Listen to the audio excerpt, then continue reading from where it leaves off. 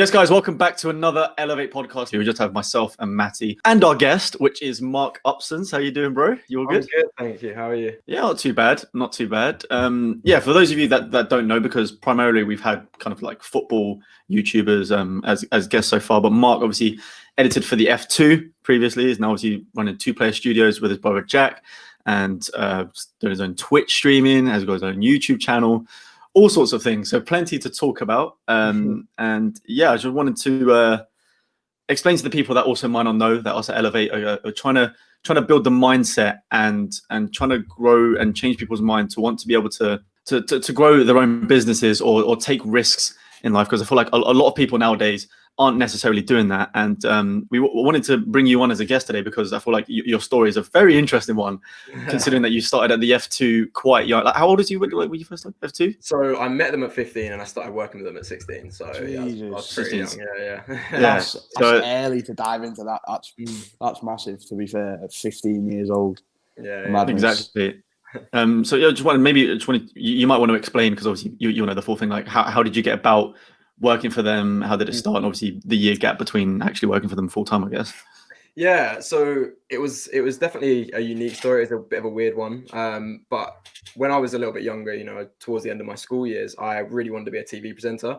I didn't really know the route to get in. I didn't know the path, but I did have a YouTube channel which was doing okay at the time, and I had a 3,000 or 4,000 subscribers or something like that. It was a good little starting point. And I noticed that Jez had started a YouTube channel. Now I knew Jez because he was an former Arsenal academy player and Arsenal fan, and I'd seen him on Britain's Got Talent, so I was aware of him. I think I followed him on Twitter or something, and I noticed that him and obviously Billy Wingrove had started a joint YouTube channel called the F2. I didn't know too much about them. I didn't know too much about what they did, but I did know, like, obviously how talented Jez was with the ball. So I got straight in touch with them. I dropped him an email, I think late one night, and just said, like, I'd love to come and interview you. I thought that might be my first kind of into doing that sort of like interview level stuff for my own channel, and build a bit of a base for a bit of a portfolio almost. So like when I get to the age of being able to do it, I could show that to TV companies or production companies or whatever, and then try and get some work that way.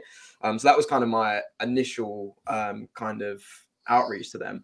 And I remember Billy emailed me back straight away, like almost, I think it was the same night, if I'm honest, and just said, yeah, like we're doing some filming. I put the David Beckham Academy, London Soccer Dome, which was on Greenwich Peninsula next to the O2. Sadly not there anymore. It's absolutely RIP. Yeah, brilliant, man. So I went up there and I did like a little interview with them. I took Jack with me, for those who don't know, my brother, and he kind of helped me film the interview. I jumped in front of the camera, I asked them some questions, etc.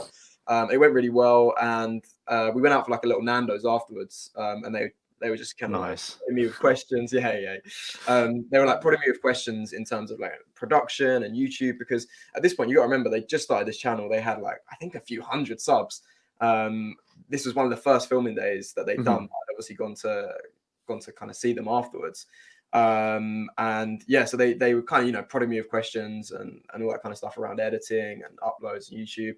And I think I kind of just had enough knowledge for them to be like, okay, this guy could be a bit of an asset to us in the sense that help us out a little bit with getting started. And so further down the line, I had a little bit of communication with them here and there. And then I think it was about 6 months later, they got in touch and said, look, we're looking for someone to come and help film our videos. You'd be a great fit if you're down.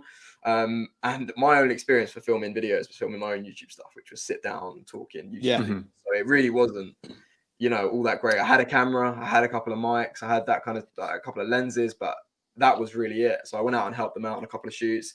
Things started to go really well, and before we know it, we was on like 50k subs.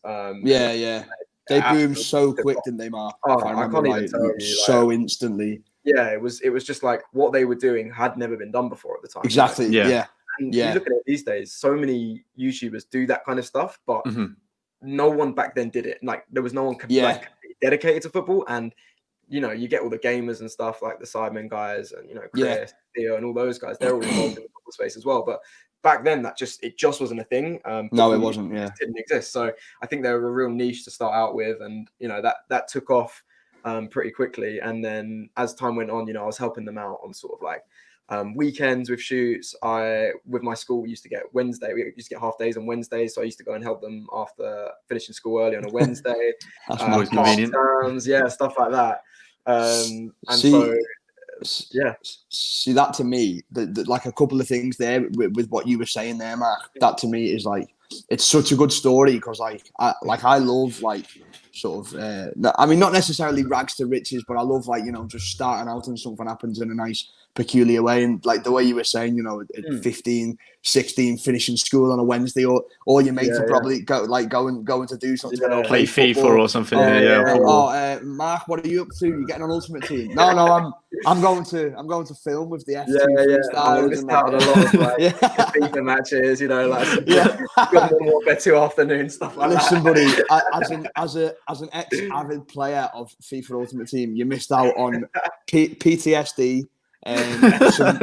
Some serious injuries to controllers and walls. And that's about it. But I mean that for you, like as a whole, that must have, because like obviously, I mean, people like ourselves who have that mindset to really want to elevate and achieve.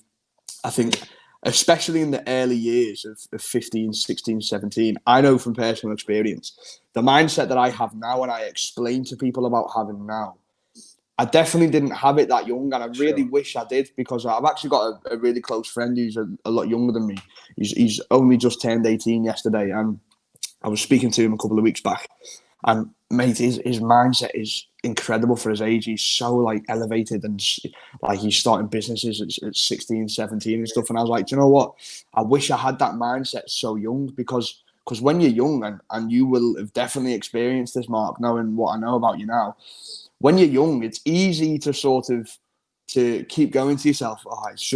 It just won't happen like that for me. It's just not going to happen like that. It's just not that easy. But then, like, lo and behold, it happened. A little bit of hard work, a little bit of chasing up, and I love that, Mark, because the one thing I always say is chase people up, email people, message people, because the worst they can ever do is just say no. That's the worst that can ever happen. Or I mean, and when you email Billy, the worst that could have happened was he either just didn't reply, or he said, do you know what, mate, we've actually got it sorted, but thanks anyway. And that was the worst that could have happened. Yeah. And you've lost nothing, but you took a risk and you went for it. And I love that. I really do. It's honestly really good to hear. What do you think? What do you think? Like at that age, kind of drove you to, or gave, I guess, maybe gave you the confidence to just message them and say, "Hey, do this," like, or can I be involved in this, or could you help me out? Like, to be honest, I don't know what it was, but I knew there was a space there. I think, obviously, selfishly, I wanted to be a TV presenter. I wanted to have people who were successful, and people who had a bit of a following on my channel. All right, they just started their channel. They didn't have many subs between them, but Jez has obviously been on Britain's Got Talent. Billy was a professional freestyler at Spurs, the first one in the world. So they had a following there to back in, and I knew that these guys are really good. The chance of their channel doing well is probably quite high. And these would be cool people to have on this kind of series that I want to start, which ended up, I think, only being them. I think I did a revisit a year later with them. Man said I want to do a whole series, and then realised he'd reached the peak in the first episode. Series 1 over. Series 2, getting back on. Drop the mic. See you later. Yeah, but no, this is the thing. So obviously, like I'd done the one. I'll tell you what, I did have STR School, Steve Roberts, another good friend. STR, yeah. I had him on a further episode a little bit further down the line. I did. So season 1 consisted of 2 episodes. Season 2, just the 1 episode. It's like a recap episode of season 2. Back to the first season. Where are they now? So I don't know. I think it was just I saw that space there. I saw a bit of an opportunity, and I just thought to myself, this is a channel that's probably going to do really well, and it'd be cool to kind of get their story before the channel kind of blows up. So that if it does do well, then it's the sort of thing we can look back on it and say, well, there we go. Of course, that's what they were thinking. That's what they were doing before the channel started. So I think that was kind of it. Yeah. It shows a lot of initiative that I think like teenagers nowadays definitely. I think a lot of them don't necessarily have. Or are willing to pursue as well, and I think like it showed kind of good vision as well. The fact that you could spot something like say like a gap in the market, and the fact that you knew that they would do well. I mean, look at them now, like over 10 million subs. Yeah, And obviously you've made like a great career for yourself off of it as well. So I think it's like, it's good advice to people out there to quite literally just take the jump. Literally just go for it, no matter how. Yeah, take the jump. Because like I think it's very similar to, well, I say very similar. Like it's kind of similar to how I ended up getting an editing role at the F2, was the fact that PELE just tweeted out saying that they needed an editor or something like urgent, or a videographer urgently. And normally I would never ever respond to that kind of thing, because in a way I think before I was always a bit too, I didn't want to come across as a bit of like a beg or like whatever, being like like pick me.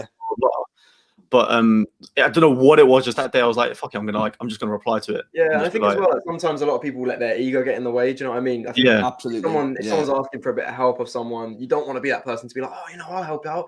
I'll do what you need. Blah blah blah. I'll be there when you need me." No one wants to, you know, kind of be seen as that. But sometimes that's if you need to take a jump, if you need to kind of, you know, build a career, if you need to get some quick success somewhere or whatever, that can quite often be, you know, the best way to do it, because 100%. people are asking for help, then you know what I mean, they need someone to help them. And if you think you're the guy for the job, then there's no harm in just then go for it. Exactly. And that's something that needs to change as well, you know, in modern society. We need to normalize helping people again. We need to normalize grinding again. We need to normalize pushing the boat out and taking a risk again, because it's all been abnormalized and swept under the carpet. And now, you know, a massive thing that we talk about, Mark, and something that we want to change in the future is I find it incredible the way kids are educated nowadays. Like they're all built into this bleak, normal society of grow up, get the best grades you can, you know, stay safe, stay secure, go to university, get your degree, go to uni, get your degree, get a decent job, live paycheck to paycheck, pay all your bills and your debts off, and then you might have a little bit at the end of it. It's bollocks, man, in my eyes. Like, come on, like, where's your passion and ambition? Take a risk, dude. You know, like you did, just take a risk. Email that person you've not emailed yet. You might get a response, you might not. But I think it's something like it is what you've said, and I've noticed a lot with people sort of in that age gap between like 15, 16 and 24, 25. Mate, the egos people carry around with them when you've got no right to carry an ego whatsoever is honestly unbelievable. Like this, That's what I mean. You need to normalize being humble again. Just be humble, man. Like, I think as well, I can really kind of, you know, relate to what you said there about the uni side of things, because I didn't get the best grades. I think when I was towards the end of my school career, I already knew what I wanted, and I don't think it was academic. And I know that's, you know, it's not a great example to set, but at the same time, I had an outlook that, you know, I thought, I don't think I need these grades. I don't think I need this route. I didn't get the grades that I was predicted. I didn't get the grades that I needed to get into uni, but I still got 3 uni offers. And the reason I got 3 uni offers from my first, second, and third choice was because of my portfolio. I wanted to go to a media portfolio. Yeah, I wanted to go to a media college. I wanted to go and do something TV or film. And I got offers from Ravensbourne, Regents, and one other.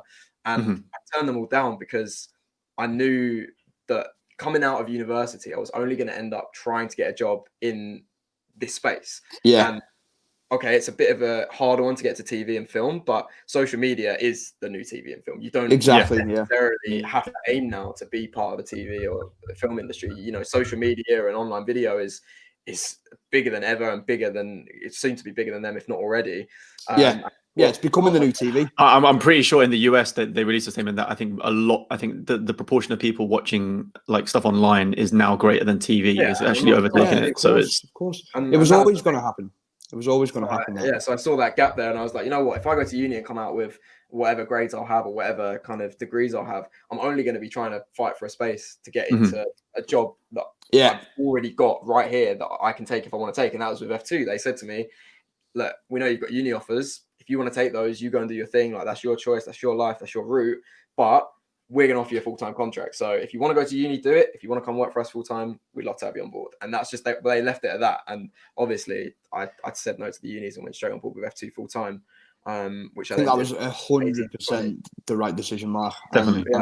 And just basing something what you said before, because I actually disagree with what you said. You said it was like, obviously it's not the best example. This is where I completely disagree, and I'm so passionate about this subject. So I'm so passionate about the subject.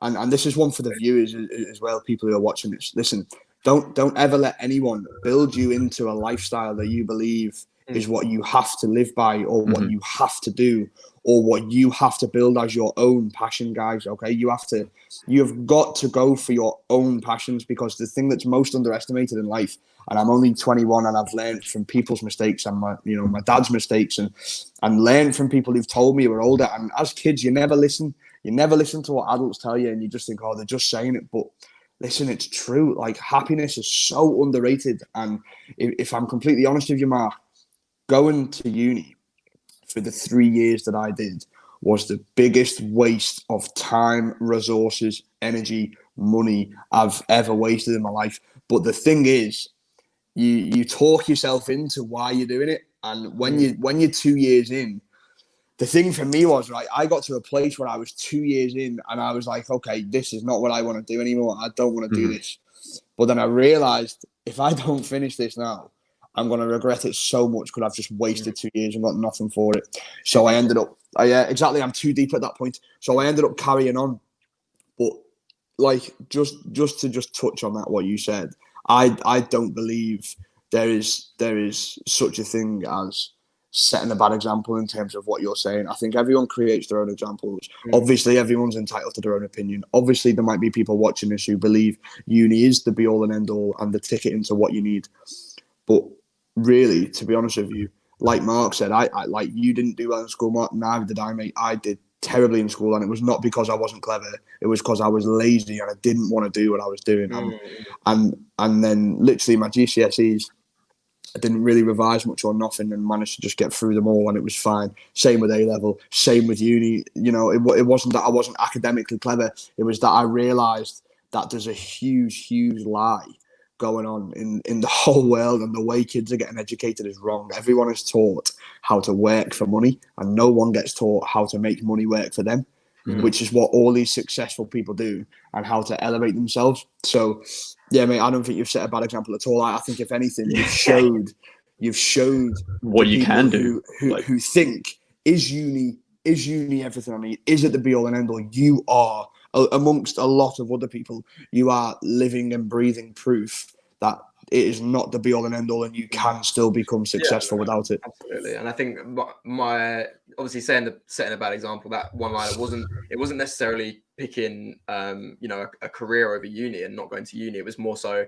towards the end of my school career. It was like that gap between, where I've started to work quite a lot in the industry, and then there's that sort of time period where you have exams coming up, and you have that bit of freedom that you're given by the school, where they say to you, oh, you can do revision at home, you can do this, you can do that, and they give you that freedom.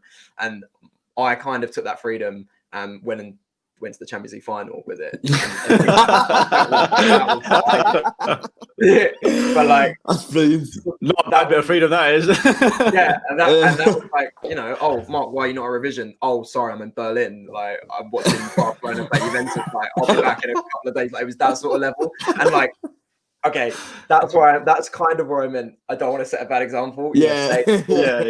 School, do your exams, get your grades, all that stuff. Don't be wrong, I passed all my exams, so I'm happy with that. I did what I needed to do, but there was definitely room for some higher grades if I hadn't have done stuff like that. I think that's the same with everyone, mate. Same for me. I think I could have easily. I mean, the high school was just backwards to me. It was completely backwards. I got predicted. Honestly, this is a true story, right? I got predicted by my IT teacher. I was predicted a U, right? Do you understand the level of like self-doubt that bestows upon you when you get predicted? Hold on, don't you get like a D just for writing your name or something on the sheet? So how would you... Listen, I was predicted a U, right? And listen, and I still to this day stand by this, right? I still don't have a clue what I wrote on the IT exam. I don't have a clue what I was talking about. I was literally just chatting shite for an hour and just writing as much as I could. And I ended up getting an A star on the IT exam, right? And this is what I mean. because I walked out and I belled me dad. I went, yeah, I failed that. On to the next one. And then I got my report back, and it was like A-star, and I turned to my dad and just went, I don't know how the fuck that's happened, fella. No clue how that's happened. You know one of the Eddie Hearn memes when he walked in, he's flew like, that one. that one then. That was definitely you. That was definitely your dad walking into you. Yeah, I mean, that's it. He went, how the fuck have you managed that? Yeah. I do just want to say, like, really quickly as well, like, just to kind of make a point, just in case people might have missed it. Like, we're not necessarily saying like don't go to uni. I think it's about what your passion is. Like, clearly, obviously, Mark's passion he didn't need uni for it, and I think it's about realizing what you want. Like, quite clearly, if you want to be a doctor or a lawyer or something like that, I mean, you have to go to uni. I was going to say, if anyone's planning on getting into the medicinal chemistry industry, please go to uni first. Yes, please. Because we need you. yeah, exactly. But it's honestly, I think it's for me, not blow shit up. Yeah, exactly. I think it's about it's your passion at the end of the day, and if that's what you want to do. And for me, it was like I went to uni, but that's because at the time I had no idea really what I wanted to do. I was doing my own YouTube stuff on the side. I hadn't edited for someone else before. And I just realized at A level, like, I was good at maths. I was good at economics. Okay, let me just play the safe way. Again, economics degree. But I think the 3 years away, I loved, because, I mean, for one, it was away from home. So I gained the independence of being by myself, like meeting new people that like my best friends now and stuff like that I never would have met if I didn't go. I ended up not enjoying economics doing it, but there's definitely a lot of amazing skills I learned from it, because now I'm trying to grow my businesses, which I might not ever be able to do if I didn't have that knowledge at uni. So I think it's up to you as to whether you think that if that's your passion, then go for it. If not, then just you can even find out what you want to do while you're out there, kind of thing. Like, it's totally up to you. It's all preferences, but I think it's a big stepping stone as well for people who don't really know what their passion is or where they want to go. You know, it's a good opportunity to go somewhere, meet new people, learn new things, experience new kind of cultures, like maybe it's a different country or a different area from where you're from. And I think that can often be like the real starting kick point for people to go, oh, you know what, now I've done this, I now know this, and I know I want to do this. So it can definitely obviously have its positives in that sense as well. Yeah. Sure. Yeah, 100%.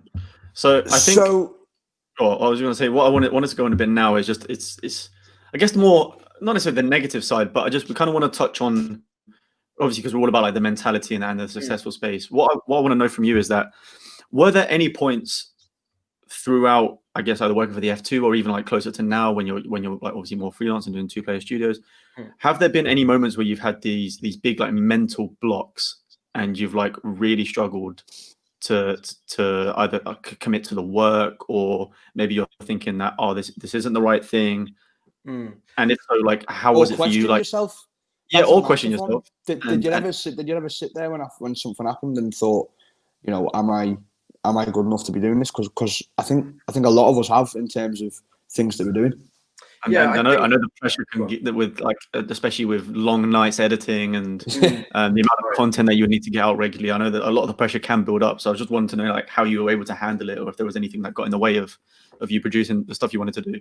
Yeah, absolutely. I think there's definitely been a few kind of key moments in like my career since, you know, stepping into this industry, where I did kind of not necessarily question myself, but definitely like had a bit of doubt. Do you know what I mean? Like, I just had a bit of like, oh, I don't know, like, I'm a bit lost here, I'm a bit kind of confused.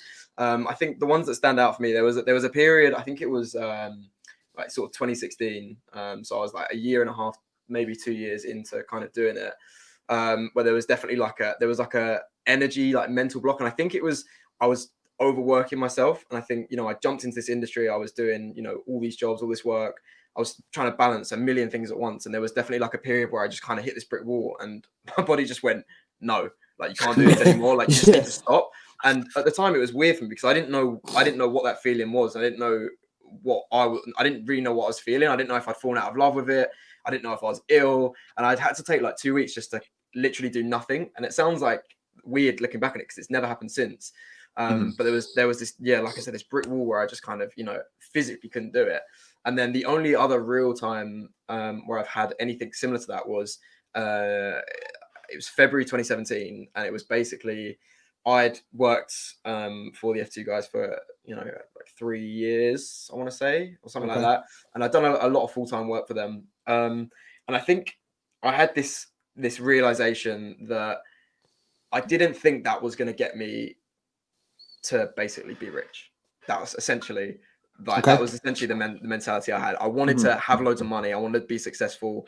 I wanted to grow my portfolio. I wanted to do all these things. And I could see myself in this same pattern of, you know, we make videos, we edit them, we upload them, we make videos. There's no time for any rest, because this is one of the biggest, you know, sports channels, one of the biggest YouTube channels in the world.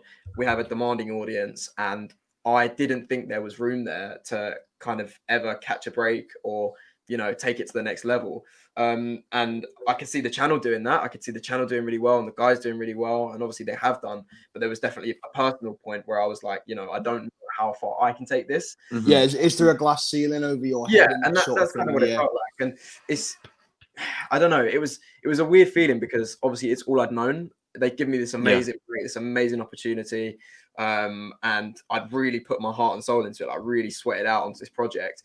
And then there was this like moment where I was like, yeah, I don't know how far I can go now. And it was a bit of a sad moment, but also a bit of a exciting moment, because I didn't want to end what we'd obviously done together so far. Like, we've been so successful together, and like they're really close friends of mine, and we did some really fun stuff. But there was also this like excitement side where I was like, but think of the opportunities that could come from this. You know, if I went out on my own, if I did my own thing, if I was a freelance, you know, I could work for this person, or I could work in this industry. You know, I love all sports. I love Formula One. I was like, you know, if I could get Formula One, that would be incredible. Traveling the world with them, like all these things were kind of popping into my head, and I was like, I just have to bite the bullet. And I remember I had a conversation with like my girlfriend at the time, my family, my brother, everyone, and no one was really like, you know, you should definitely do it, because I was in such a good position. But no one was like, you shouldn't do it because you're in this good position. Like, you should always take a chance. You should always take a risk. And I think that was the moment where I was like, you know what? And I just called them up one day on FaceTime. I just said, look, boys, because I'd literally just come back from LA. They were doing 3 months out there. I'd gone out and done a month and a half with them. And I remember that was for like the YouTube original series, right? Yeah, we had a YouTube original series. Yeah, so I was out there for a long time. You know, I was away from like my family and everyone for a long time, and I was like, I just don't know if this lifestyle is kind of like for me anymore. So yeah, I came home, called them up on FaceTime, and basically said to them, look, as much as I've enjoyed everything and I appreciate everything, I think this is my time to kind of just say I want to go and do my own thing. And I did that, and they were obviously very supportive of it and everything. And the first thing I did was go out, start my own business, reach out to all the people I knew, because you got to remember, like, in this industry, you go on shoots, you do collabs with other YouTubers, you meet so many people, you're meeting clients. Yeah, it's all about networking. Agencies, you're meeting the amount of brands that you would have been in contact with the stuff that they've done. Like, and I remember, I only saw it for 6 months, and you've done it for like 5 years, like 6 years, like that. And I just remember creating a show reel of all my work I'd done for them as soon as I left, like in the March time. Literally, it was the first thing I did was create a show reel, and I remember listing all the brands I've worked with, and it was just outrageous. I was like, I can actually say I've worked with all these brands, and that is going to get me, like, this list of brands that I've worked with alone is going to get me jobs. Of course it will. Yeah. And so I did that, you know, took the jump, started the company, started, you know, reaching out to brands, influencers, agencies, YouTubers, whoever. And it was just one of those things where everything just seemed to fall into place. You know, YouTubers like that I knew that were friends of mine, people that I hadn't really met, other than in the work environment, were coming to me saying, oh, you know, can you come film this? Can you edit this? Can you do this? Can you do graphics for this? And it just picked up, like, it almost instantly. It was kind of, because, you know, it's scary at that time. You know, you're going from not only like a secure job, but like a full-time wage to nothing. Like, I had bills to pay. I had a car, I had insurance, I had rent, I had all these things. And I was like, if I don't succeed in this, I'm crawling back to my parents and saying, come and look after me. Like, I can't afford my car. I can't do this. I mean, that's my only option. And I'm lucky enough to say I can do that. So it wasn't, you know, it wasn't going to be the end of me if that happened. Because, you know, I'm lucky that they'll look after me if that was the case. But it was worrying. It was scary being in that position where I had to take a jump in the sense that I could end up with nothing. I could lose everything. So, and it worked out really well. You know, like, there may have been a little bit of luck involved. It may have just been the context that I had, but everything just seemed to fall into place. Like the business ran for, I don't know, I think I did it for about 1.5 years by myself before I ended up basically starting a joint business with F2, which obviously, George, you were a part of quite in the early days of that. So it like I said, it was a scary time, and it was a scary jump, and it was definitely the main time in my life where I questioned myself, but it you know, it worked out pretty well, and I don't have any regrets, because that was probably the biggest thing. That's the biggest thing for me.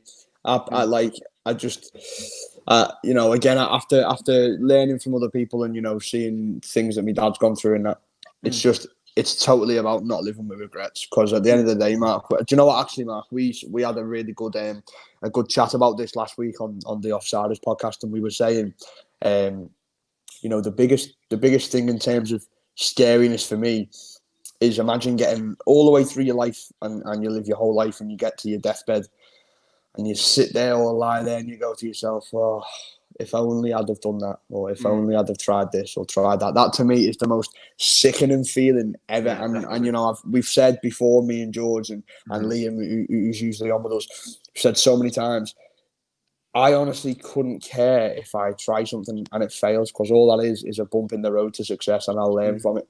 But it's scarier for me to have the idea and not try it.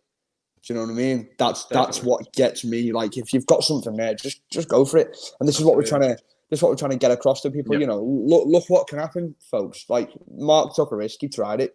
He knew that the opportunity was there, but he also knew he could also end up with nothing, and he'd have to get rid of his car and everything and going back and living with his parents. And he still took the risk, and it's paid off for him. So I think people need to understand that they can do that as well. And, you know, the really top successful people in the world didn't get there without taking a risk. You know, security isn't everything in this life, and I think people need to understand that. Yeah, absolutely. And I think also as well, I just touched on that, like, a lot of people might look at certain stories and just think, oh, like, you know, I'm 21 now, I'm 25 now, I'm 30 now, but there's literally no limit to age either. Like, you can take these risks, you can do whatever, you can do it at any age. And there's, just because I did it young, like, I'm grateful to myself that I've done it young, but if I look at someone who did the same thing at 30, like, there's no difference. Do you know what I mean? Yeah, like, everyone, if you want to take that risk, don't be afraid to do it just because of your age, just because you think it's hard or whatever. That's the worst thing for me, for sure. Again, we've touched on that again, and what we said was, there seems to be this huge, like, aura around society these days of, it's a big you've got to do this by 21. You've got to do this by 25. You've got to be married and kids by 35. Listen, everyone's running their own race. Everyone's running their own race. And do you know what? It doesn't matter if they don't achieve at 20, 24, 28, 30. You know what I mean? What Warren Buffett invested for years and years and years, and he failed and he failed and he failed. And at 56, he became a billionaire. Do you know what I mean? Like, anything can happen. And completely agree with what you're saying there, Mark. It doesn't matter whatsoever about age. There's no limit on it.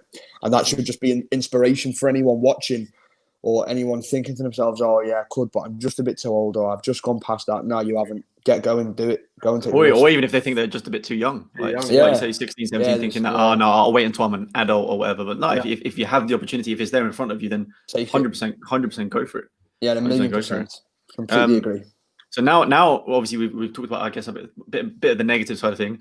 You've obviously had like a crazy career so far, and the things that you achieved. For one, meeting Pele, which I think is any football fan's dream, and then obviously getting to travel the world with the F2. And I don't even know what to say to that. Yeah, the countless people you would have met. Like, what was all of that like? And I guess what was the most rewarding part of like getting to go on that journey with the F2 and other stuff you might have done as well? Like, what was the most rewarding and how insane was it? Oh man, I don't know. Like when you think, can you even put that into words, man? Yeah. I'm not sure you can actually put this into words. I'll give it my best shot. How about that? Yeah, go for it. I love that. No, I don't know. Like, here's the thing. I think there's been some incredible memories, and like I could probably sit here all day and just talk about the details of every single one.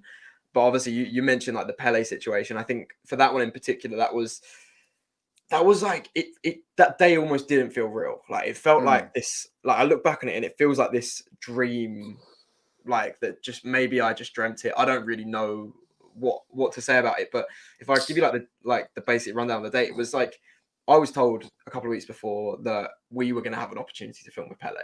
And in my head, I'm like, yo, imagine that photo on Instagram. Yeah. That's the first thing I'm thinking. I'm thinking, yo, that's me and Pele. Like, that is, oh my God. No, so I'm obviously I'm like, okay, well, Pele would be, I don't know, I'm young, but I don't know if I'll be able to beat that in terms of like people we've worked with and filmed with.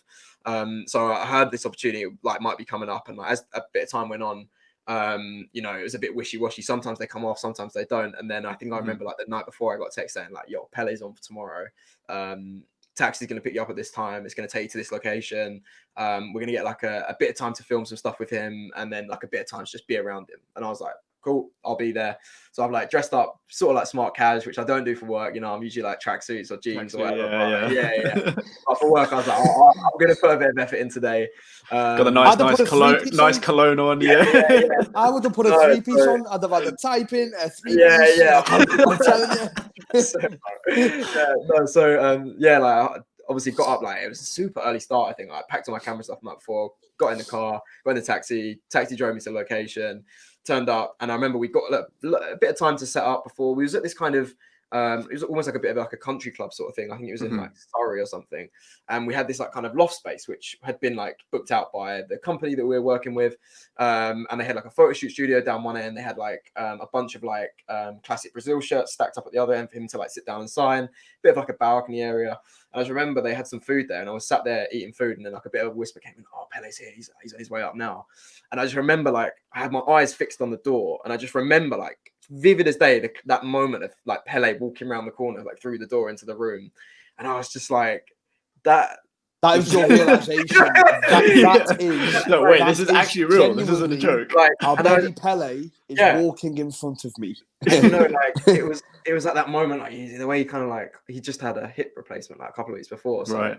He like almost like hobbled round the door, like came in the corner, like a couple of people at either side of him, like his assistants and like, you know, his manager and stuff like that. And like, yeah, like he just walked in the room, and I was just like, this is like unbelievable. Like I'm obviously keeping my distance at that point, like waiting back. He like goes around the room, shakes hands with everyone, like comes around, meets Bill, meets Jez, and then obviously shakes my hand and oh, nice to meet you, blah, blah, blah. And then like what preceded that was just like, I think we had 4 hours with him, which 4 hours, that is massive. That's like when massive. you film with like when we film with players, like, you know, they'll give you Messi or Ronaldo or Bale or whatever, you usually get 5 minutes, 10 minutes. Yeah, like we got Neymar for an hour, which was unheard of. Like that was that was rare. But when they said like Pele's just here for the day now, it was just like, this is unbelievable. That is such a luxury for like filmmakers. It's mental. And we did some filming with him. We did like a little bit of filming, then he did some photos, and then I remember we had like a bit of lunch with him. Like he was sat there having lunch, like telling stories about playing days and things like that. And then we did a little bit. Can he speak English?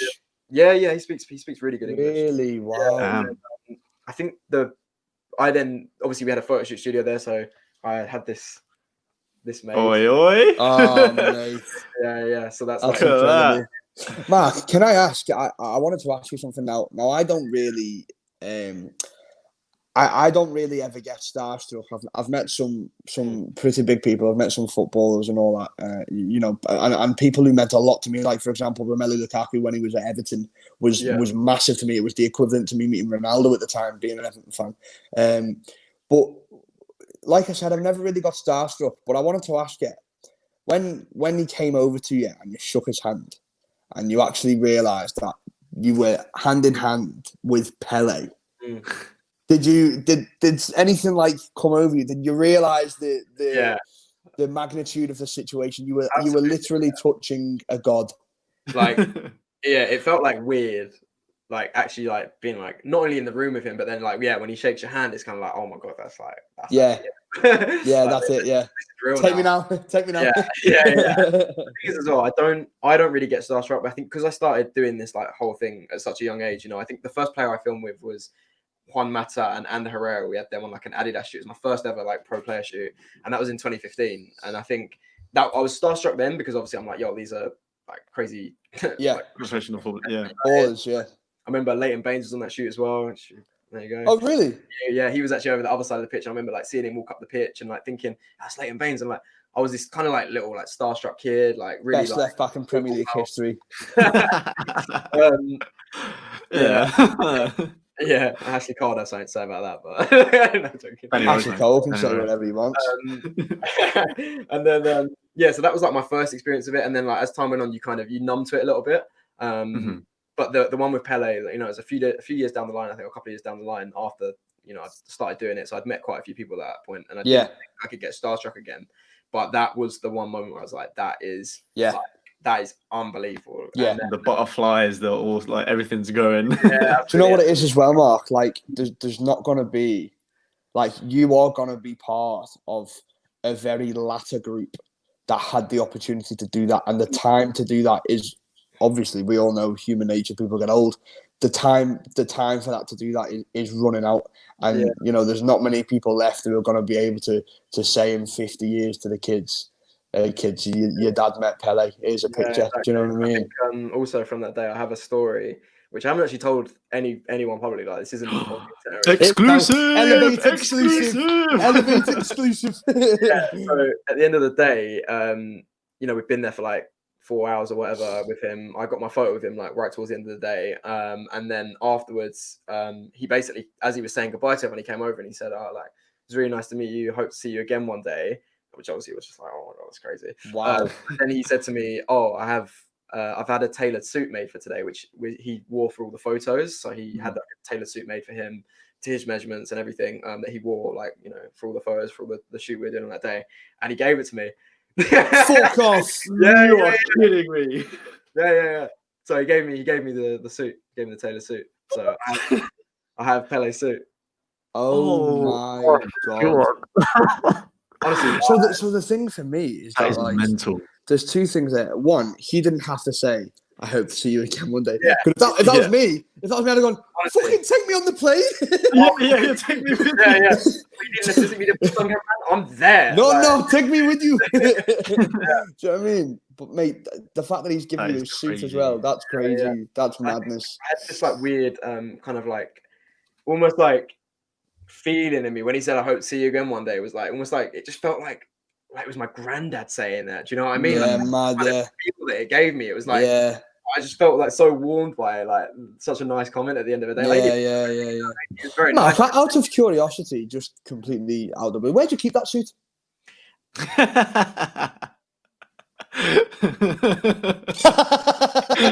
Definitely not there. He's got like a padlock and a security thumbprint, everything. Just He's thinking, well, I know where it is, but I'm fucking moving it now. Where's it? Like, I'm sorry, I was just I keep it in carbonite. They've got it in lead, so it doesn't get radioactive. Like, nothing's stopping it from. So obviously that's an insane story, and I think you were telling me the other day that you had like this insane shoot a few days ago. Yeah. Do you want to go into a bit about what happened there? Because Absolutely. We picked up a new client recently who specialize in air show, like air sports. So they focus on like skydiving, jetpacks randomly. Okay. What is GTA 5? What is good? Wingsuit. Yeah, like honestly, it is the most incredible company I think I've ever had like the pleasure of meeting in terms of like what they do. And yeah, so me and Jack obviously picked up as a client, went along and helped out with the shoot. And yeah, we had just like the most incredible day. Like, you know, when you're just the first thing you see is like a plane going over and like 6 people jumping out the back with like smoke coming out of there. You know, they've got like smoke attached to their feet, so they're like got big red trails coming down behind them, like wingsuits. We had a military paragliding team which parachuted down on top of each other's shoulders. So one guy stands on the other guy's shoulders like that, and they parachute down together while Never heard of that before. I've got to be honest. Yeah. It's like the most incredible thing. And I think the main thing that we took away from that day, myself and Jack, was this team of 6 or 9, I think it was 9 parachuters they had there, had a combined total of 56,000 parachute jumps together. Wow. And I don't quite know how that maths works out, but the man said it. And so I could only. They must be doing a few a day, or they've been doing it for like a years, if that's the case. These were definitely like, vets of the industry. Like you could tell they was experienced. They were very calm, very chilled out, and they knew what they were doing. But 56,000 flights between 9 people is pretty impressive. And yeah, the day did not underwhelm. And Jack got the opportunity to go in the helicopter as well, which was quite fun for him. Wow. I was going to say, how did you shoot that? If that was yeah. So Jack just took up a camera in the helicopter. It was a closed door one, so it was nothing too serious. You know, like strapped in and that, and had a nice. He was in the front with the pilot, which was nice. But we had one space for the helicopter. So Jack, I've been in one before, so Jack was like, "I'm taking this spot. I'm taking it, yeah." You go for it, bro. You go for it. You know, it must be wicked being able to do this all with your brother as well. Absolutely, I think that must be insane. Yeah, we're very like I think we're very blessed that we get on so well. I Yeah. think I obviously I've grown up with him being my best mate. You know, we do everything together. Like literally can't name one thing we don't do together. And Because he's only a year younger than you, 2 years, right? 2 years younger than 2 me. years. Yeah. So younger, lucky there, Mark. You're really lucky there. Yeah, Yeah. that's the thing, I think My siblings, we have a big gap. It's not the same. Same with mine. My Yeah. brother, Yeah. 8 years. I don't realize as well, I think how lucky I am because everybody tells me like, oh, you're so lucky you get on with your brother. But obviously for us, it's the norm. But Yeah. I think I've never really experienced what other people say in the sense that, you know, I don't get on with my siblings or I'm not close Yeah. to them or So for me, it was the other way around. When people told me to get on, I used to go, "You get on with your brother? Are you crazy?" I've just finished beating the shit out of him. No, so we are lucky, and it's nice working with him as well. You know, like he's like super creative like me. He's not been doing like kind of the whole production thing as long as me. Obviously, I started when I was like 15. He started more towards he's like 18 or 19. So he's been doing it for a little bit less, but the passion's there. Like he absolutely loves it now. I think when we started out and we agreed to like start a company together, I don't think he was like 100% on board, but now he's like so invested. You know, we literally spend all day, every day working on, you know, ideas or projects or we're editing or on shoots or whatever. So we have to get on. But luckily, Yeah. I mean, I've been there at your guys when you've had like some work stuff. I've come to collect something. It's a nice little environment to be around, like getting on with your brother, smashing out the music. Yeah, it's good. Man. It's good. It's you know, class. It's good for your mentality to have someone around you that's like 100% on the same wave as you are and just willing to. We quite often say, you know, like it can be quite, you know, it's like, George, it can be quite tiring doing hours and hours and hours. Oh yeah. We've had jobs where we did like a whole day shoot once, and the client said we need it by midday tomorrow. So we've shot this thing all day, and then we've worked all overnight. You know, we've had like Red Bull. I think I came around yours that evening or something, and then I think you said we've got to work until like 6 and 7 in the morning or something. So we done like a whole day shoot, and then we finished the shoot, drove home at 11, got home at midnight. And then we turned the video around by 8 o'clock in the morning, and then went to bed at like 8:30, 9, which was just madness. Like, it's that sort of outrageous like level of editing. Sometimes you have to do, and you need someone by your side to almost like kind of drag you through it a little bit, and like even if it's someone through it with you, just to like kind of drag each other through it. Because if I don't know, if I didn't have him that night there or have someone with me that night, I don't think I'd have got through that edit. Yeah. You know what I mean? I would have come out the other side really kind of worn out, destroyed, tired. And I think as well, like physically, I couldn't have done that edit by myself. So it's nice that we can also split jobs between us. You know? Yeah, of course. Do a cut and do the music and the graphics, and I'll do the editing, or vice versa. So it's nice that we can kind of you know balance the work out a little bit and just take the workload off to kind of ease the stress sometimes. I think that's one thing that I'm definitely envious of you guys a little bit, because I've definitely had those nights where it's just me at home. I've been editing until the like 4 or 5 I've in the morning. George, and it's like 2 in the morning, 3 in the morning, like and I'm like, why are you awake? Why are you awake when I've rang you because I have a problem? And he goes, I'm just in the middle of an edit. And I'm going, it's 3 o'clock in the morning, get some sleep. You know what I mean? Just so adapted to that lifestyle now. Yeah. But I mean, George, we've said that as well, though, based just with what Mark was saying there about having that person, you know, who's the same as you bounce off each other. I mean, we've said so many times, Mark, when me and George have been there brainstorming, you know, it's so easy to maintain the confidence and the motivation when you're together, but it's much harder to do it when you're alone. And like we say it so much, like when me and George are brainstorming together, thinking of ideas, you know, trying to toss things up. It's like we say it comes effortlessly when we're together, and it's so easy to motivate each other. But then when we're on our own, like we've both admitted it, it's so much more difficult to keep yourself motivated when you're alone, isn't it? Do you know what I mean? So it's really good that you've got that. Really good. I think especially in this obviously with the period of like lockdown and everything that's been going on in the world, I think the fact that obviously you two guys can work together at home must be a big boost for you. For you two stuff. I don't know how it affected you necessarily in terms of like the workload or whatever, but obviously I know it can get quite difficult for a lot of people with especially myself. And there was like probably at the start where I didn't really have a lot of work, and it was kind of just everything was just up in the air, and I had no idea what was going on really. We definitely got lucky with lockdown and with everything that kind of went on in the world, because I think everyone's working from home where they can, if they're not, you know, furloughed or let go. And I think we're quite lucky that we already work from home, so there was no adapting we needed to do to kind of, you know, get used to this lifestyle of being around each other all day, you know, working at home, all this kind of stuff, because we do it anyway. And I think also on top of that, you know, there's with the industry we do, all right, we couldn't shoot anything, we couldn't go on any shoots, and we couldn't be around our clients or anything like that, but we can edit stuff, and we're quite lucky that a lot of our projects that we work on, they adapted to, instead of filming stuff in real life, they started filming stuff over Zoom, which is like really nice because it means, you know, the work is still there. We can still do the editing side of things. And, you know, it didn't mean that we was kind of short for work at any point. And I think obviously it's coming, we're easing out of it now a little bit. Things are going back to normal in a sense. And I think we only really felt the point for a few days, 1 week, where we was like, yo, we don't have any work to do. Like we were caught up with, we don't have any new jobs coming in. And that only happened for a few days in sort of around the middle of lockdown. And then it started to pick back up again. So, you know, it was a slow incline down, and then, you know, it just launched straight back up again. So we was really lucky that we didn't miss out on anything financially or anything in terms of that's really good. Which is like a blessing. And you don't realize how lucky you are when you hear about obviously everyone else struggling and stuff. So it was nice. Yeah, mate. I mean, I can vouch for that. Like the 3-4 months have been really tough, really testing. I mean, I've been in a flat on my own. Me roommate moved out for sort of 2 months to go and live with his family, so I was literally just in a flat on my own, like for a good like 2.5 months, mate.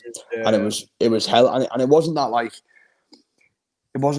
I didn't have anything to do, because I was lucky enough to not be furloughed from what I was doing, so I still had my day job. But like it was tough, you know. No human interaction, no seeing my girlfriend because she lives in Liverpool, no seeing my dad, you know, because you can't get on trains or travel anywhere, no seeing George, who's you know one of my best mates. It's tough. It's really tough, and I think it's definitely something that you should not take for granted, is that you've had a really good setup during all this, which I'm buzzing for you for, because I would never wish upon anyone to feel so lonely and things.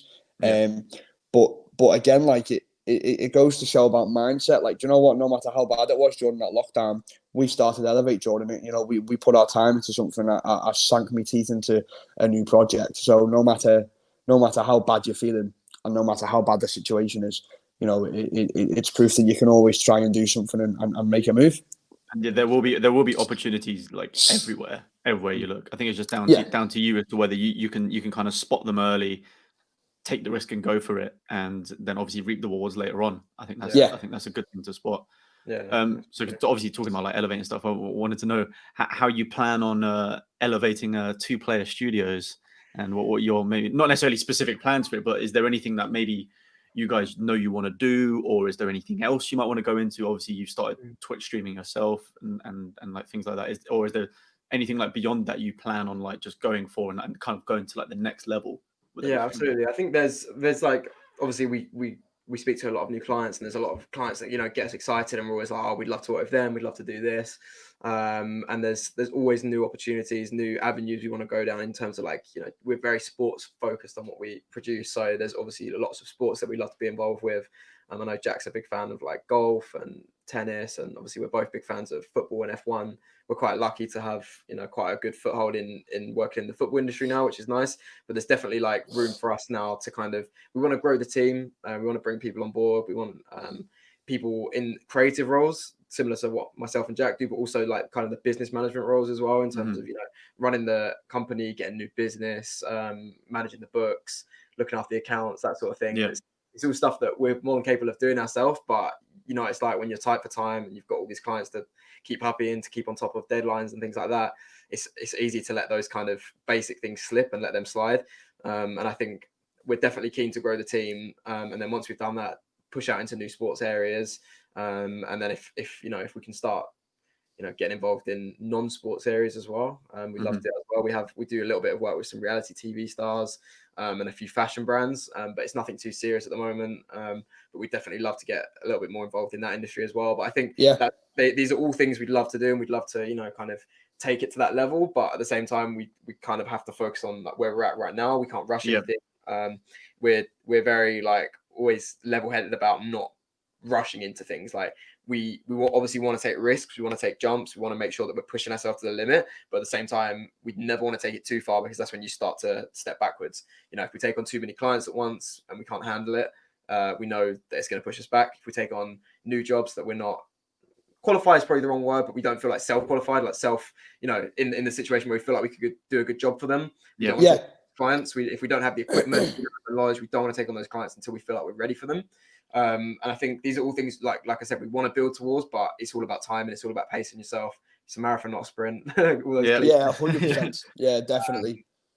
But yeah, that's kind of like the situation we're in right now, where we just want to make sure that we're always pushing ourselves, always taking it to the max, but not going too far at any one time. So it's exciting. It's an exciting time for us. We're really excited in that. But yeah, yeah, it seems it's got big things coming ahead. 100%. Yeah, absolutely, yeah. I think it's perfectly right that you're planning on elevating Mark, you're planning on getting to that next level. I think it's actually a great place to sort of, obviously we're towards the end of it now, and what we're doing today with the podcast, I think it's a great place to sort of finish it off, because it's great that you really want to make sure that you're planning on elevate. I think no matter how far you get with whatever you're doing, I think it's always important to never grow settled and comfortable. You should always want more, always keep wanting to elevate. Like you just said, you're now looking to grow the company, take it to a new level. It's good stuff. I think as long as like personally for me, me and George have done a couple of things together in the past. I think that's what keeps you going in terms of always hunting the success. Whatever you build, never get comfortable with it. Always want more and always want to elevate. And that's pretty much the best way I can sum it up from my side. Yeah, definitely. I think I 100% agree. And I think like what obviously everything we spoke through today, like the stuff that you've shown, that the fact you've achieved what you achieved starting at such a young age, taking those risks. And then again, even taking the risk to stop doing the stuff with the F2 and then kind of go at it yourself or like with your brother was another big step. And I think a lot of the main like taking points from today seem to be the fact that you need to be able to take the risks when you see the opportunities there in front of you, and not be afraid to take them, because if you do it and it's your passion and you can see those opportunities, you will be successful. And I think you can 100% see that from what you've done as an example. And I'm sure there's plenty of other people and plenty of other guests in the future we'll have on. It's exactly the same thing. And I think it's a great story and great thing to see, to be honest with you. Okay, guys, thanks again for joining us today. Massive thank you to Mark. Mark, been brilliant to have you on, mate. So thanks very much for that. Giving us the time of day. Some really interesting stuff there. And I'm sure we will be having a little behind the scenes chat about some of the stuff as well. Guys, is there anything that you want to plug, or like say, or where can plug people check you out? Just anything. Yeah, well, the Instagram's at Mark Upson. That's my personal, and then everything I'm doing with Jack that I spoke about is at 2 Player Studios across the board. So yeah, if you want to check it out, what we're getting involved in doing, feel free. Check it out. Definitely. Lovely stuff. Get involved, guys. Guys, thanks again for watching. As always, make sure you keep on elevating. We'll see you next week. Bye-bye. Peace.